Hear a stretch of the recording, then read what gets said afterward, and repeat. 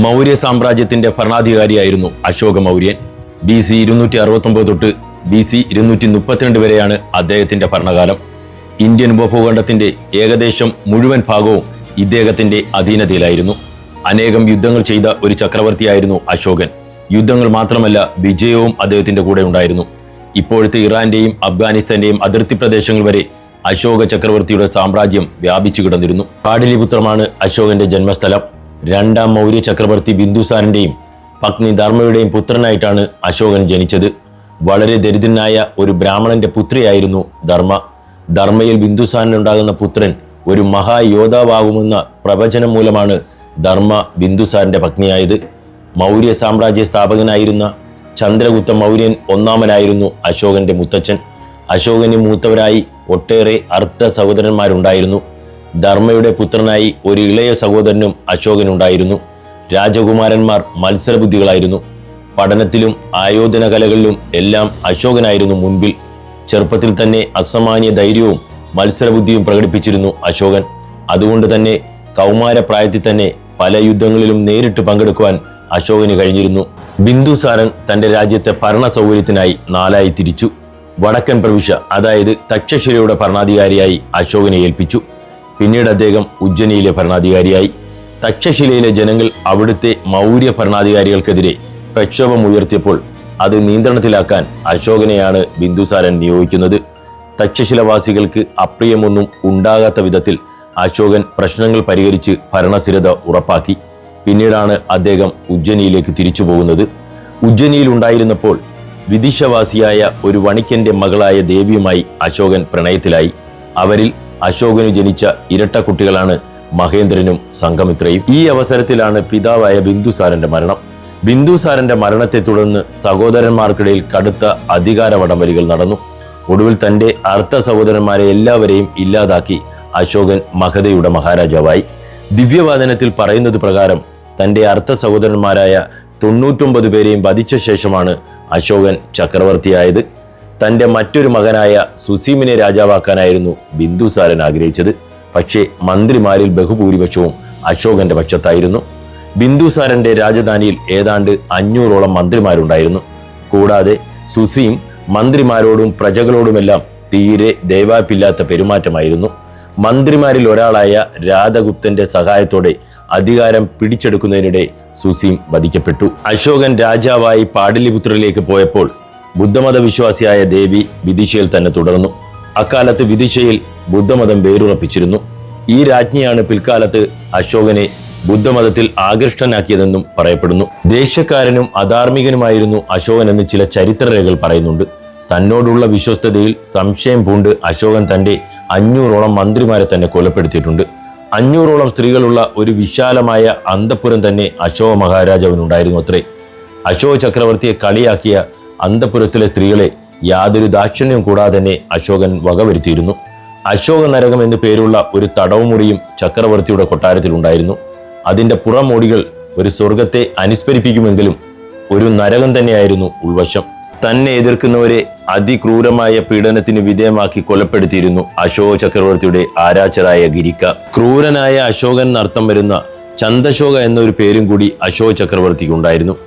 ചക്രവർത്തിയായി 8 വർഷങ്ങൾ കൊണ്ട് തന്നെ സാമ്രാജ്യത്തിന്റെ അതിരുകൾ അശോകൻ വർദ്ധിപ്പിച്ചു. അദ്ദേഹത്തിന്റെ ഭരണത്തിൻ കീഴിൽ കിഴക്ക് ബർമ ബംഗ്ലാദേശ് വരെയും പടിഞ്ഞാറ് ഇറാൻ അഫ്ഗാനിസ്ഥാൻ വരെയും തെക്ക് ഭാഗത്ത് തമിഴ്നാട് ആന്ധ്രാപ്രദേശ് വരെയും മൗര്യ സാമ്രാജ്യം വിസ്തൃതമായി. ഇന്നത്തെ ഒറീസയുടെ തീരത്തോട് ചേർന്നുള്ള ഒരു പുരാതന രാജ്യമായിരുന്നു കലിംഗം. കലിംഗ പിടിച്ചെടുക്കാനുള്ള അശോകന്റെ ശ്രമം ഒരു വൻ യുദ്ധത്തിൽ കലാശിച്ചു.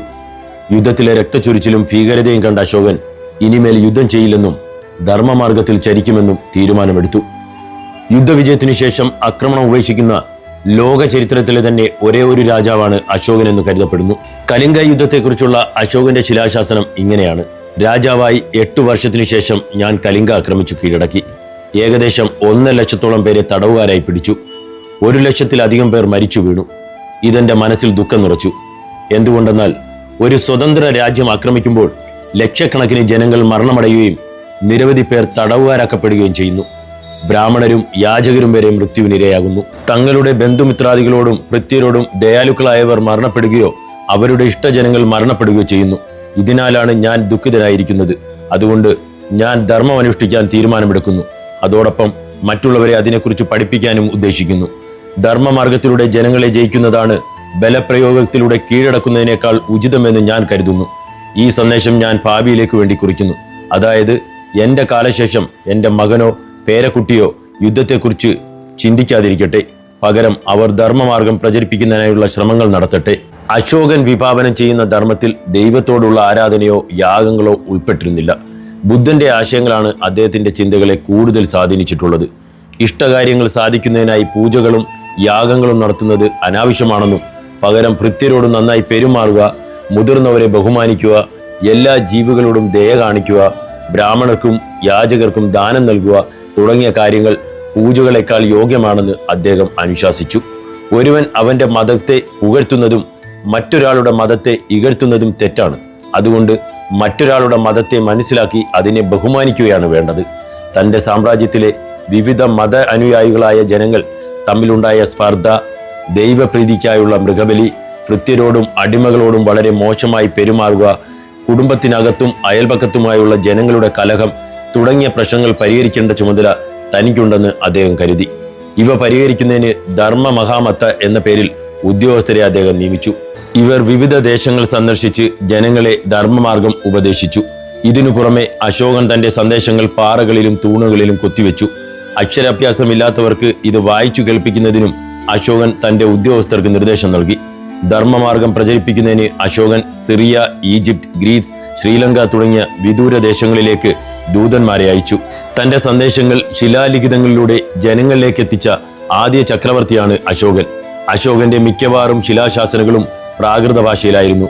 മിക്കവാറും ബ്രാഹ്മി ലിപിയിലാണ് ഇവ രചിക്കപ്പെട്ടിരിക്കുന്നത്. എന്നാൽ അഫ്ഗാനിസ്ഥാനിൽ അരമായ ഭാഷയിലും ഗ്രീക്ക് സംസാരിക്കുന്ന പ്രദേശങ്ങളിൽ ഗ്രീക്ക് ഭാഷയിലുമുള്ള ശിലാശാസനകൾ കണ്ടെത്തിയിട്ടുണ്ട്. അശോകന്റെ ചരിത്രം ലോകത്തിന് ലഭ്യമായത് ശ്രീലങ്കയിൽ പ്രചരിച്ചിരുന്ന ബുദ്ധമത ചരിത്ര ഗ്രന്ഥങ്ങളിൽ നിന്നാണ്. A short story of the world എന്ന തന്റെ ഗ്രന്ഥത്തിൽ H.G. വെൽസ് അശോകനെ പറ്റി ഇങ്ങനെ എഴുതിയിട്ടുണ്ട്: ലോക ചരിത്രത്തിൽ ആയിരക്കണക്കിന് രാജാക്കന്മാർ സ്വയം ഹൈനസ്, മജസ്റ്റി, എക്സാൾട്ടഡ് മജസ്റ്റി എന്നിങ്ങനെ അഭിസംബോധന ചെയ്തിട്ടുണ്ട്. ഇവർ അല്പനാൾ തിളങ്ങി നിന്നതിന് ശേഷം അപ്രത്യക്ഷമാവുകയാണ് ചെയ്തിട്ടുള്ളത്.